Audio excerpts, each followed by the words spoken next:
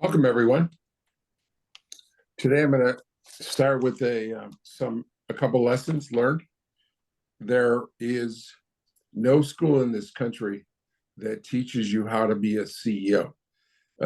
I like to say that the only school to be a CEO in this country is the school of hard knocks.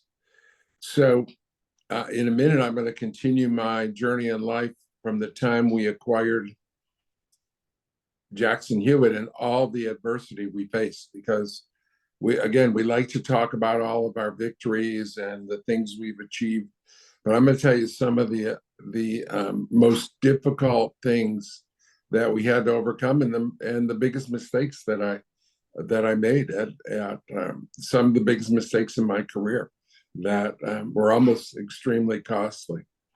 But let me start with a lesson for CEOs. And one of our principles, our principle number 10, remember I like top 10 lists, and I think everyone should have in their company should have a top 10 list of most important things to do to succeed in their company, and other lists, but certainly that's the number one most important. But number 10 on our list is just say yes. So I want to give you an example of something that happened and help you think about it in a big picture. We had a conversation last week, and every week we have a session with the sales representatives, and they talk about who they have in the pipeline that are most interested. We call it hot leads. And one of the salespeople said that in describing the couple, they said that this couple has asked for financing, and they had been approved by the committee, the loan committee, and who does a background check and finance check. And the CEO said, "Well, are you sure? Because I want to make sure that they don't get started and then run out of money. Are you sure that they should pass?" And that's the opposite of just saying yes, right? I mean, when you think about the ramifications of that, of a CEO asking the sales rep, and the big picture, what happens in people's mind. First of all, the sales rep is chagrined a little bit, or they feel a little bit hurt that they brought this person to the table, and they went through all the steps, and they got approval, and now the CEO is again saying, "Are you sure now that?" And so it sets a negative tone for the sales rep, and as a result of that, they could be less likely to bring forward people in the future. And not saying that the sales reps are always right, not saying that they aren't biased in trying to get people approved that might not need to be approved, but they're a bit set back by that. And then secondly, the CEO, it's already been approved by another committee. A committee in the company has said, yes, rubber stamp, we approve the financing of this particular couple. So now they're questioning the system and the other people involved in the system. And then finally, what we do to ensure that we don't bring on the wrong people, and many franchisors don't do this, but we do this to ensure that only the right people get in our system. We require the potential franchisee to complete training in order to be approved. And so the CEO could have said nothing, and they could have just waited for they have their turn. It's at the end of the day, the buck stops here when you're CEO. And if at training they say, you know what, this is the wrong person, I do not approve him, they could have turned them down.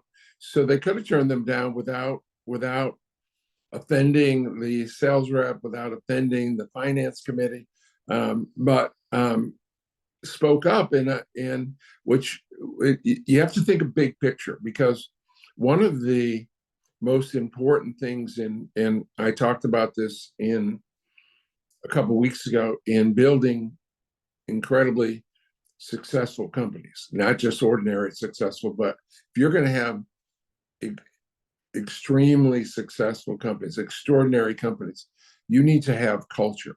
And so one of the things that I realized long ago, and over 30 years ago at Jackson Hewitt, we have a culture committee, but you cannot have a great culture unless the leader leads the charge. The leader is the person most instrumental in the culture of the committee. And there's no leader that's perfect. There's no leader that's culturally always correct and always does the right thing or says the right thing. But you have to keep in mind, as the CEO, you're the big dog. You're the number one person in the organization, and people are always looking at you to set an example. And so you have to be extra careful to in every situation to make sure that you're helping build culture and not break down culture. And that starts with the phrase, just say yes. And so every time you're faced with an issue, it's so easy to say no and get it off of your plate. Don't have to think about it. There's a million reasons why things won't work.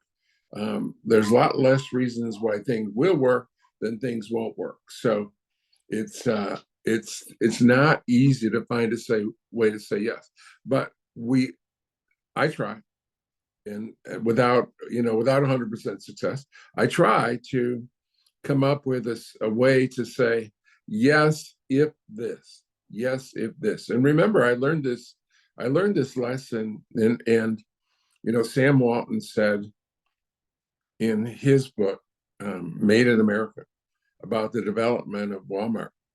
He says, you don't just learn from your industry, your competitors in your industry. You learn from every one of your consumer experiences. But I found I learned not just from my consumer experiences, but my religious and my personal experiences. And just say yes came about. I invented that when my son, one of my sons, was 14 and he was slight of build. He was about 5'10" and weighed about 125 pounds soaking wet. And he wanted to play football. And we were afraid, his mother and I were afraid that he would get hurt. And so she said, absolutely, he can't play football. Well, I invented a just say yes to get, even though you mean no, even though that you're going to get to a no. So he's extremely cocky. He was ADHD. He had so much energy that when he was 4 or 5 years old, I said, you have too much energy. Go run around the house 5 times. And he did, and he comes back in and said, I'm not tired. Well, go run 5 more times. Took him about a week to understand he was always going to keep running, so he better settle down. So, but I don't think he read until he finished high school. I don't think he had read 3 books because he just couldn't sit still. So he never got great grades, but he was cocky and energetic and just a great personality. But I asked him, so I went to him and I said, could you make honor roll if you tried? Oh, easy, he said. And so I said, okay, well, I'll tell you what, we're concerned, your mother and I are concerned that you're going to get hurt playing football, but if you want to do it, I'll tell you, you can earn it. You can, if you make honor roll, then you can play football. Well, it worked out perfect to our what we really wanted for not to play football, because football starts in summer. So you have to make honor roll in the final quarter that ends in June each year. And so you got to be thinking way ahead in April, May, June. You got to be thinking, okay, if I want to play football, I really got to bear down and get good grades. So he never made honor roll, never got to play football. Fortunately, he turned his attention to volleyball, and he was such a great athlete that he didn't learn volleyball until he was a sophomore in high school. But in his junior and senior year, he made All-City Virginia Beach both years in volleyball. So that was a great sport for him. He could leap. He was quick. He was athletic. He had great hand-eye coordination. So it worked out perfect. But the decision as to whether to play football or not was not we didn't have to say no. He got to make the decision. And yes, he could have got honor roll if he had really tried, but it wasn't worth it enough to him to work at his grades in order to play football. And so it worked out perfect. So that's another CEO lesson. Try to say yes. Try to say because when you're thinking no, there's usually numerous factors involved, and you're thinking because of this, and this, they're not going to be able to achieve it. Well, you can turn that around to the person and say, well, if you do this, and this, then I can approve it. And then it's up to them and whether they're committed enough and aggressive enough and concerned enough to decide what the future is going to bring. So I want to take you back to some of the lessons learned and some of the big mistakes they made and some of the huge adverse events that happened immediately from the minute we acquired Mel Jackson Tax Service. But first, I want to say this is a sign. These mission statements, and I've had 4 mission statements, and 2 at Jackson Hewitt, and Jackson Hewitt, 1 at Jackson Hewitt, 1 at Liberty, and 2 at Loyalty. And just tell you my thinking and how it changed in my career, that when I grew up in about 1990 or 1991, we had a planning retreat at Jackson Hewitt, and we came up with the principles and the mission statement. And back then, everyone talked about customers. And so our mission statement coming out of that retreat was winning customers for life. Well, it wasn't until about 5 years later that I read the book by Herb Kelleher about the startup of Southwest Airline. And the book is called Nuts. And he said, no. If you want your customers to be treated number one, you have to treat your employees as number one. And so I realized that I had been doing that without really knowing that was the right thing. But he emphasized and rubber stamped the belief and the accurate belief that if you want your customers to be treated well, then you have to treat your staff well. And in franchising, and those of you that are in franchising now, then it extends to not just your employees, but also your franchisees. So happy, successful franchisees, happy, successful employees has been my mantra ever since. So I changed from winning customers for life to happy, successful franchisees, happy, successful employees. Now, at Liberty, when we started, we didn't wait 8 or 9 years to come up with a mission statement and principles. We did it right away. And we came up with this with this mission statement: set the standard, have fun, improve each day. And when we said set the standard, we didn't mean just in our industry. We wanted to be a standard bearer for all industries, that companies from all over other industries would look at us and say, that's a great place to work. That company is something that we aspire to be or we look up to. So we wanted to set a standard across all industry, and having fun. Again, Monday morning you're going to work, you're not looking forward to it, you're going to the wrong place. Life is too short. And improve each day. My commitment, our commitment is, our goal has always been to be number one in our industry.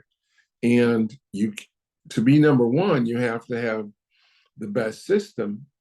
And to have the best system, it has to be improving. And so that was our mission statement at Liberty, and it served us well. We opened, in our first 12 years in the United States, we opened almost one office per day, top 10 fastest growing franchisor every year for 12 years. We opened 4,000 offices in 12 years. And so we lived up to, for a long time, for a dozen years, we lived up to that mission statement of setting the standard, having fun, and improving each day, and had a great culture. And one of the things that part of that culture is, we started this late at Jackson Hewitt and early at Liberty, is we had a culture committee. I mean, culture is so important to me that I learned 25 years ago that we have a committee that's dedicated to maintaining culture, just to keep, again, we're not perfect. I'm not perfect. We don't have perfect culture, but we have a commitment to have a culture, and a culture that's improving and that treats people right, so that treats franchisees right, customers or employees right, so that our customers are treated right. So when we started loyalty, again, we started from scratch. We started right away. We came up with a mission statement and principles. I already mentioned one of the principles is just say yes. But the mission statement we started with was having fun, changing lives. And then a couple of years later, one of our staff said, well, wait a minute. You could change lives negatively. And so we quickly corrected that. And our mission statement is having fun, improving lives. So that's what we're all about. And when we talk about improving lives, that means our investors, our employees, our customers, our vendors, our franchisees, and the world around us. So let's go into some of the big mistakes or adversity we faced from the minute we acquired Mel Jackson Tax Service. So we acquired Mel Jackson Tax Service August 14th of 1982. So I'm 33 years old, married, 4 children, and we moved to Virginia Beach. I'll tell you, that was one of the biggest blessings, was the weather here is so much nicer than Buffalo. So I'm never moving north again, 42 years later, never moving north again. But we acquired the company, and this is a lesson for those of you that acquire companies. When we acquired the company, Mel had died, and we bought 6 offices from his widow. His widow was not involved in the business almost at all, and she was in fact studying to be a minister at a local church called Rock Church, big, successful local church, and she was going into ministry. So it was pretty obvious that she wasn't going to compete, but she said, I have these two great employees that have been with, one had been with Mel Jackson for a dozen years and the other for 15 years. And they run everything for me. And they're looking forward to working with you.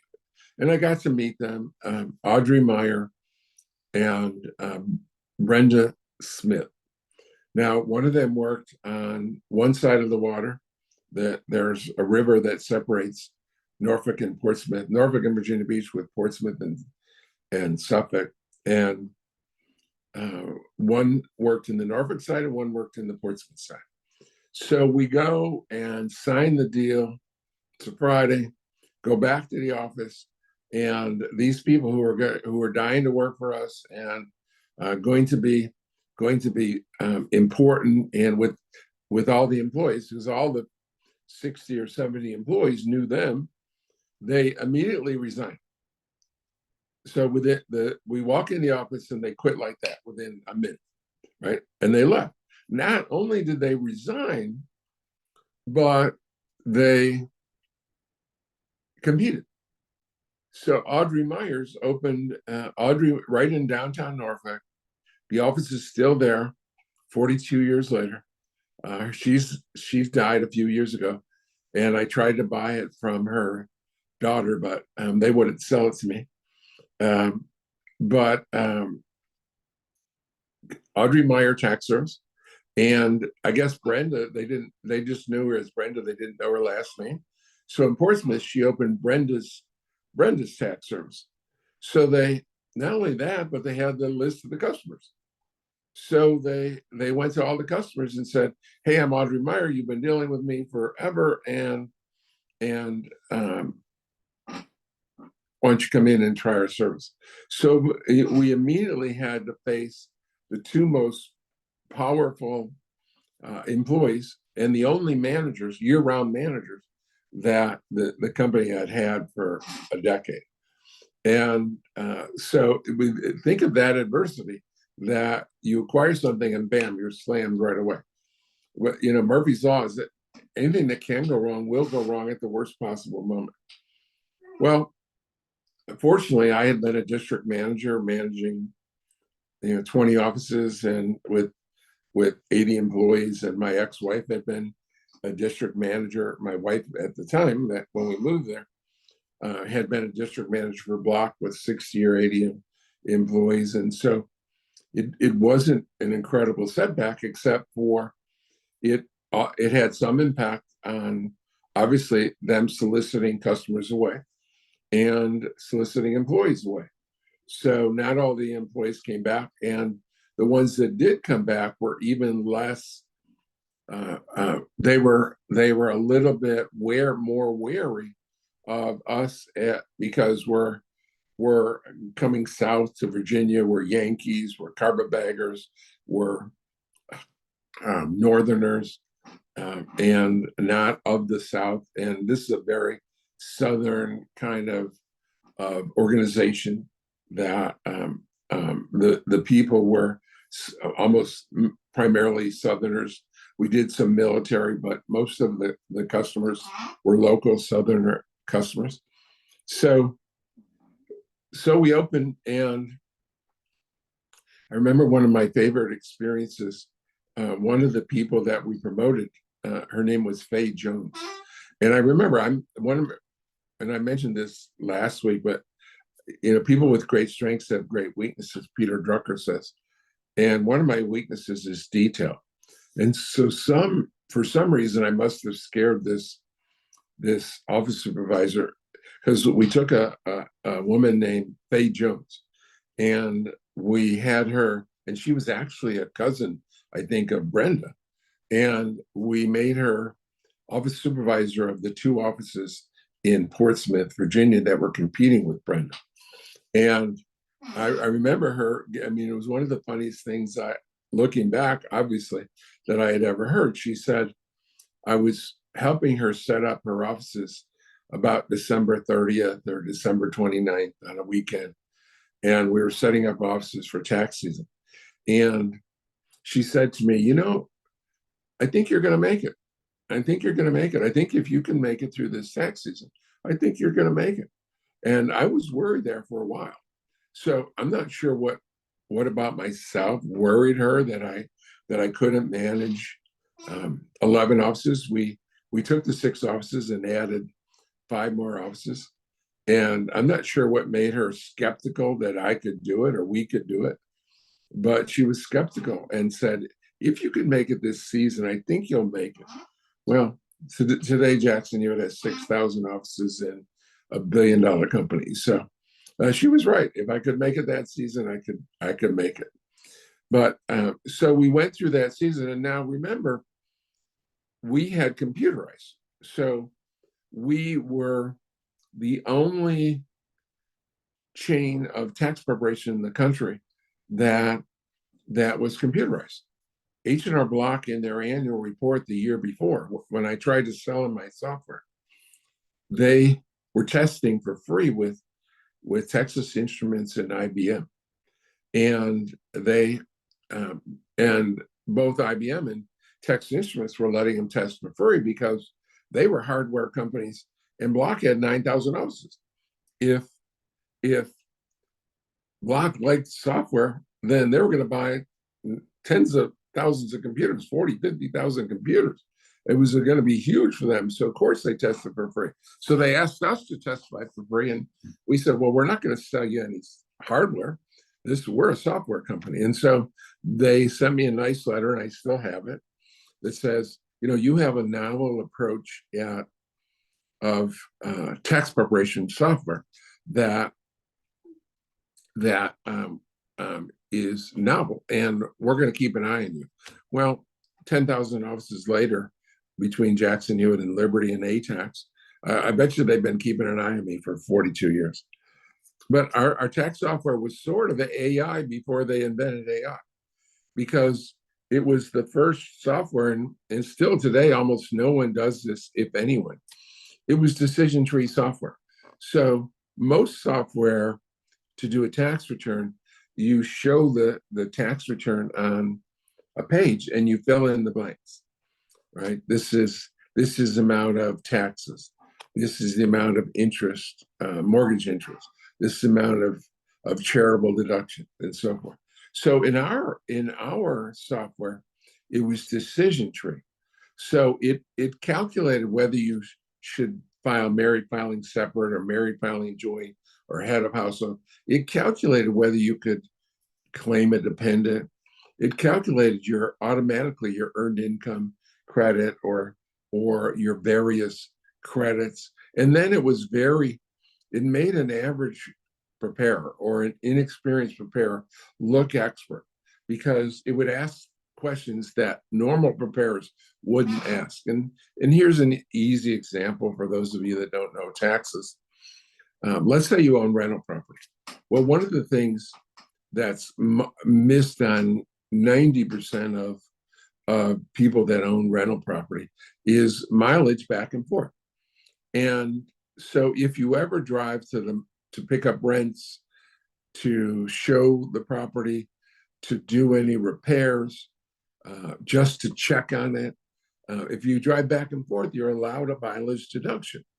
And in looking at firms, the hundreds of firms we've bought over the years, in looking at all these rental property returns, there almost no one preparer takes the time to ask the customer, how many times did you visit the property, and how many miles is it, and of course you're supposed to write your mileage beginning and ending.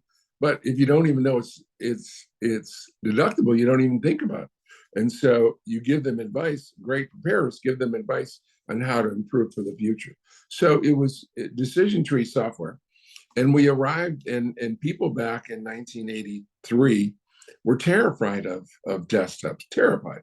And people were most of my staff, the existing staff, they're typically average age in close to 50, in the 40s, and they had never touched a computer in their whole life.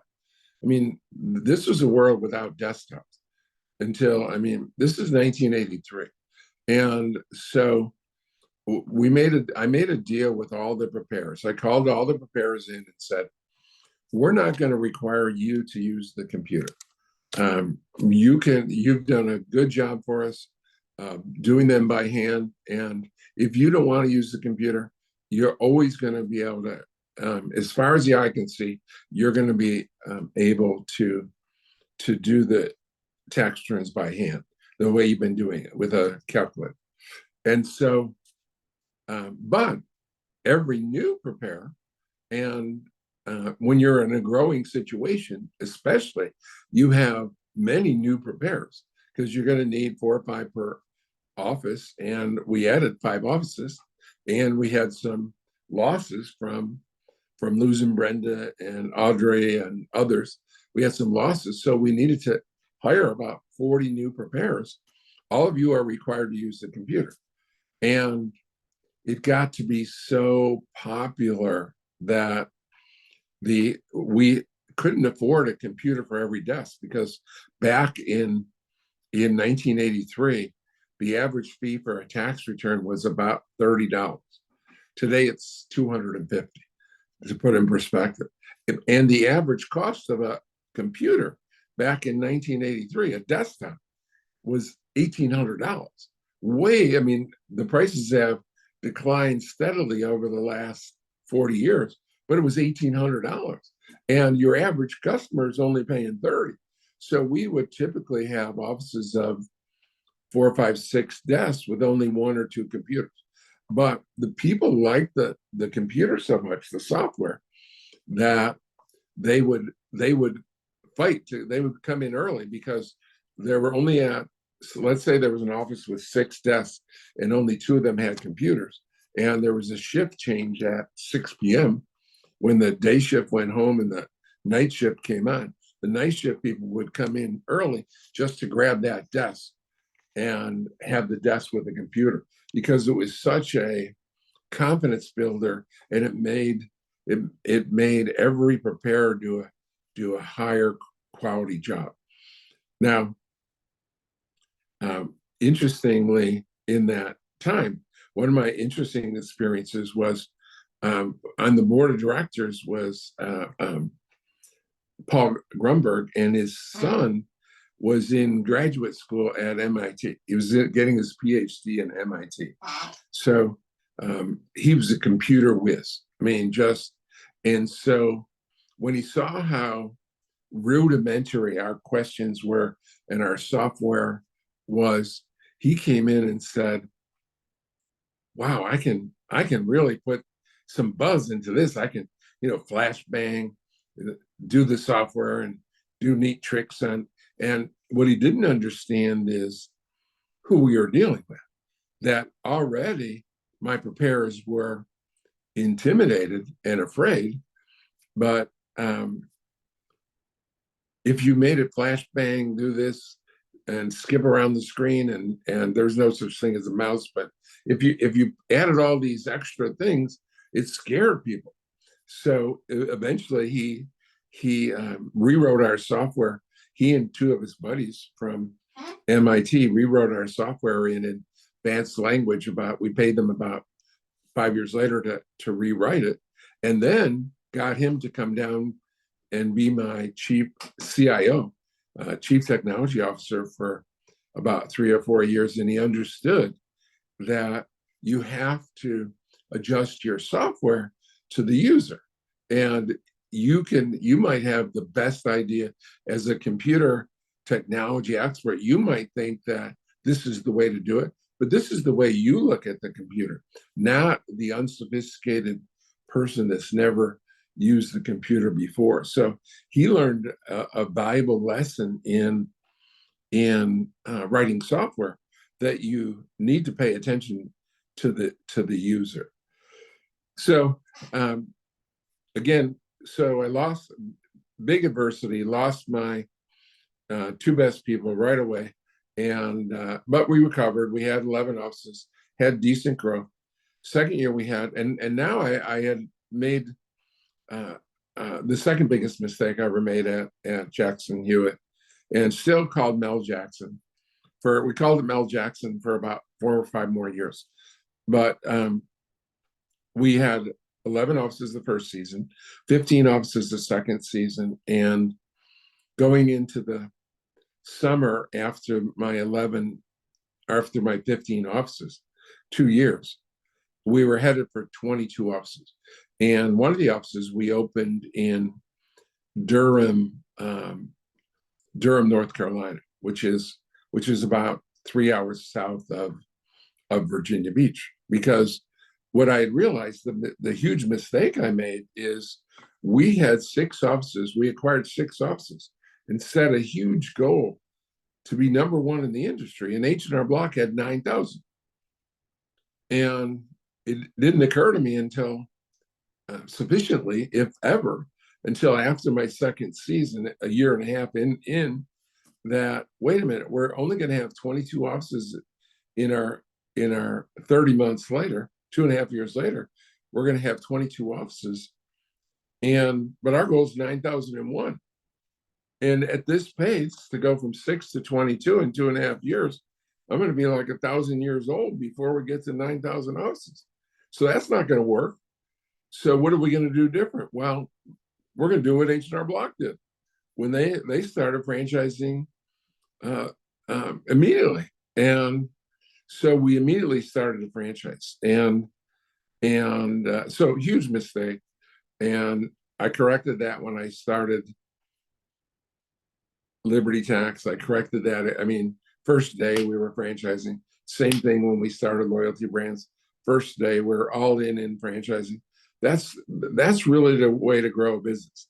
I don't know if this shouldn't offend franchisees, because so many of them have become millionaires, and they probably wouldn't have if they had gone and their separate way and not found Jackson Hewitt or Liberty or a great franchise or that helped them in business. But so many of them became millionaires. But it's the beauty of franchising is in business, in my career, in the thousands of people I've hired, only about 2 or 3% act like owners of all the people I've hired. And they're the dream employees. The dream employees are the people that act like owners. And they're rare. It's like a diamond in the rough, like a needle in a haystack. They're rare and few of a kind. But when you get an owner, 98% of the time, they act like an owner. And so you get highly talented people who act like owners, and they pay you to work for you. They acquire your franchise and pay you they share the customer revenue with you. And so they're paying you to work for you. It's an incredible growth model when it's done well. Now, I've talked on this webinar before. Most franchisors fail. It's not because of the franchisees, it's because of the franchisor. So most franchisors do not have a suitable engine for franchising, and a suitable system, a suitable concept for franchising. So you got to be careful. But when you get a great system, and of course McDonald's is a great system, and there's hundreds of great systems. So great franchise, but it's a beautiful system, and you don't have to put out the money for the store. The franchisee puts in all the money. They do all the work. You get someone that acts like an owner, and it's the greatest way to propel it. So, big mistake not having a franchise from day one. Another mistake I made at the same time at Jackson Hewitt that they still haven't corrected today. It's a little amazing to me that they haven't corrected this simple mistake. Well, our goal was to have 9,000 offices. So if you think about that, and later when I thought it through properly, I don't know why I made this mistake. I cannot remember why I made this mistake. But the mistake I made was, if you divide the population of the country in 1985, when we started franchising, by the number of H&R Block offices, there was one H&R Block office for every 32 or 33,000 people, call it 33,000 round number. So there was one block office for every 33,000. So that meant if I'm going to get to be block size, I'm going to need 9,000 territories because they had 9,000 offices. So the only way I'm going to get to their size is I'm going to have equal population. So in, let's say, a simple example, city of 330,000 people, Virginia Beach back in 1982, if H&R Block had 10 offices, I needed 10 offices. So I needed one for every 33,000 people. And a territory would typically be have an H&R Block in the middle, and then a area of about 33,000 people around you, which fit, because in this country, people travel only 10 or 11 minutes from where they live to where they file. Most people, it's sort of as close as a grocery store.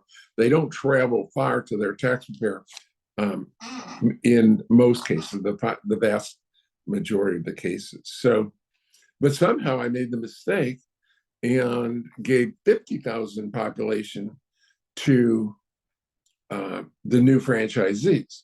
So if you think about that example I used with 330,000 people in Virginia Beach, that would mean I would only have, instead of 10 territories, I would only have 6.6 territories. So I'd only have 7 territories.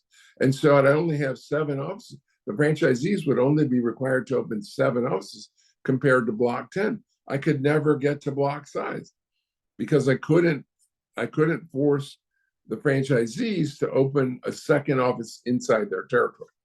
And so never corrected that while I was there. I made the mistake in 1985. And 12 years later, when I left, I hadn't corrected it. And, 27 years later, they still haven't corrected it. If you get a Jackson Hewitt franchise, you get 50,000 people. Well, when we started Liberty, we did the right sizing, and we have one territory for every 33,000 people. And it didn't hurt us in franchise development because, remember, in the 21st century, from 2000 to 2012, 2000 when my non-compete ended with Jackson Hewitt till 2012, we opened 4,000 locations. And Jackson Hewitt in that time only opened 2,000 locations. So we were growing faster, even though they had a bigger name, a bigger office complex. They had a relationship with Walmart, where half of their 6,000 offices today are in Walmart. We did not have that. We had a smaller relationship with Walmart, but we only got the leftovers from Jackson Hewitt. So they never ever have changed that system. Another thing I learned that this is a valuable lesson for up and coming new franchises, because we thought we were clever, and when we started franchising and growing rapidly, we decided that it seemed logical that we would grow geographically. So we would center in Virginia Beach, and then going north, the first city is Richmond, Virginia. And then the next city is Washington, D.C. And the next city is Baltimore. Going south, the next city is Raleigh. The next metropolitan area is Raleigh, Durham, and then Greensboro, Winston-Salem, and then Charlotte. So we thought that, sort of like in a old Civil War battle or route, you would go one city at a time. But quickly learned within the first year of bringing in new franchises. For example, one of the first franchises we brought in was a woman named Donna Halligan, who she had worked with one of the people that had worked for me as a tax preparer at H&R Block in Elmira, New York. And she moved to Syracuse, New York, and she hadn't worked for me since 1980, and now we're talking 1985. And she was working in a block office, and she heard that I was franchising, And so she told Donna, who had tried to buy an H&R Block franchise. And one of the great things in competing with H&R Block, there's so many great things, but one of them is they're totally sold out. And they've been sold out for 40 years. So she couldn't buy an H&R Block franchise. So she came down and she acquired a Mel Jackson franchise. And we were still being called Mel Jackson. And she was a superstar right away. She was nowhere near any. She was 500 miles from Virginia Beach. Probably not one person in all of Syracuse had ever heard of Mel Jackson Tax Service, and yet she was highly successful. So I learned very quickly that geography is nowhere near as important in deciding where to locate a franchise as it is the quality of the person. And the quality of the person, of course, is how much they're going to follow the system, and whether they're going to not only follow the system, but that makes them, that's the difference between success and failure is, am I going to follow the system? And 98%, yeah, I'm going to do incredibly well. If I follow less than 90%, I'm going to fail. So that's pass fail. But then once you get the people that are following the system 97, 98, 99%, then other things matter, like drive and goal setting and the capability of delegating, handling employees, and all of the characteristics I talked about on my webinar 2 weeks ago about what makes a great company. Other things matter. Number one thing is following the system. So over the years at both Jackson Hewitt and Liberty and now ATAX, I can put first office ever was in Rapid City. In South Dakota 1 year was in Rapid City, and she was second best in the country. And there hadn't been a Liberty office within 500 miles. At Jackson Hewitt, we put our first office, believe it or not in New Orleans or Baton Rouge, but a little teeny place called Monroe, Louisiana, which is way up near the Arkansas border. The guy did so phenomenal. He knew nothing about taxes, and he could not explain his success as to why he was so successful. But they were number one in the country. Little Monroe, Louisiana, better than offices in Los Angeles and Chicago and Miami and Dallas, and because he followed the system. And I learned a valuable lesson from him. His name was Bill Etheridge, and he and his brother had sold a sporting goods store, a mom and pop's sporting goods store, and they started a Jackson Hewitt. And this is about 1990. 1989, 1990, somewhere in there, maybe earlier, maybe 88, probably 88. And I couldn't figure out why he had done so well in this little teeny town in the middle of nowhere. I mean, hours from any big city. He's nowhere near New Orleans. I mean, he's hours from New Orleans or Memphis or Little Rock. I mean, he was in the middle of nowhere. And I went there and I learned a simple, valuable lesson. When I walked in, he was on the phone, and he's in the back, and he never knew how to prepare taxes. He never did a tax return. A great guy and great operator, but in beautiful office, but he never did a tax return. But he's on the phone, and so we waited a few minutes, and I was with one of my people, and he comes out again, and he comes out and he's talking to us. Phone rings. And he had about 2 or 3 preparers or employees there. He picks up the phone and he's answering questions. I don't remember if it was a price quote or what hours are you open or what do I need to bring, but he's answering the phone. And what I realized is that was a differentiator, that what happens in business, in retail business too often, and it happened in our industry always, especially because we're seasonal. But we would spend all these millions of dollars on advertising, and you would take a minimum wage employee and put them on the phone to talk to the customers with insufficient training and insufficient knowledge, and you were losing business. We were losing business up front from not having an expert answer the phone. And so, valuable lesson is do not spend zillions of dollars on marketing, and then the person that handles the inquiry fumbles the ball right?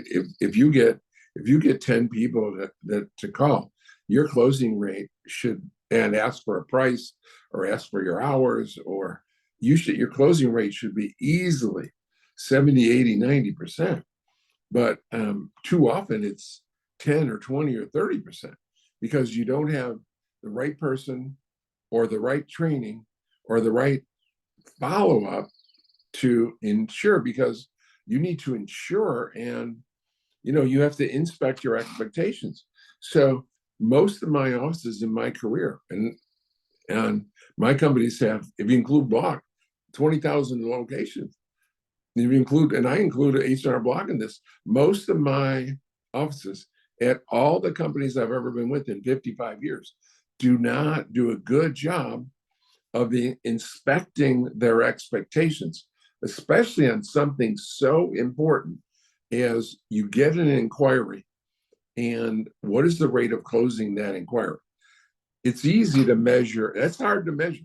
It's easy to measure when you start a tax return and you start 100 tax returns and how many of them are completed and paid. That's all in the computer. But it's much more subjective and difficult. You get a phone call or an email or some inquiry on the internet, and what percentage of them actually go to closing. And none of the companies I've been with have done incredibly well at measuring those expectations. So again, that's a mistake we made. The major mistakes, major difficulties that we face, that we had to overcome. And that's why I said in my top 10 list that I presented 2 weeks ago on what are the most top 10 things you need to do to be incredibly successful, the most number one thing is perseverance. We were knocked down the minute we bought Mel Jackson, that same day. And one last quick story. I don't talk about the reason we changed it to Jackson Hewitt. I'm not sure if people, what they assume is the reason we called it Jackson Hewitt. Well, again, we faced adversity. It turns out Mel Jackson, the guy that started Mel Jackson in Norfolk, his name was Ed Maddock. And his mother name was Melanie Jackson. So Melanie Jackson had 3 children. One of them, and they were headquartered in Charlotte, North Carolina. So when we, the one brother had one office in Charlotte, North Carolina. The brother that we bought it from had 6 offices in Virginia Beach area. And the sister had one office down near some island just in Georgia, just north of Jacksonville. So when we went to go into North Carolina, I said earlier, our first expansion was into Durham, North Carolina. We wanted to show that we could be successful outside of Virginia Beach. Well, when we went to Durham and applied for the trade name, the Mel Jackson in Charlotte had the trade name in North Carolina. So we couldn't use the name Mel Jackson in North Carolina. So we thought about, we tried to buy him out, he wouldn't sell. Tried to buy the office, buy the name, he wouldn't sell. And then and then thought about suing because we're national and they're local. And you know what? We said, we'll just change the name. And one of the directors came up with a name and said, you know what? How about if we call it Jackson Hewitt? That keeps the Jackson in the name. And we were concerned. We had We had 25,000 customers that all knew us as Mel Jackson. And we were concerned with changing it to some brand new name like H&R Block or some Campbell's or Kellogg's or something. So we kept the name. She said, how about if we keep the name Jackson and call it Jackson Hewitt? And so Fran Villette, a director of Mel Jackson at the time, longtime director, she came up with the name Jackson Hewitt. And we just changed it because of that adversity.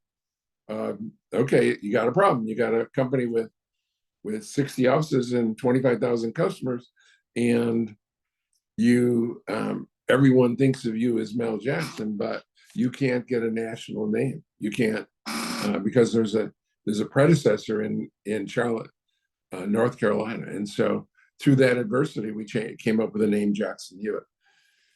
So that's my story for the week. Appreciate your interest, and I'll talk to everyone same time next week. Have a great week. Thank you, everyone.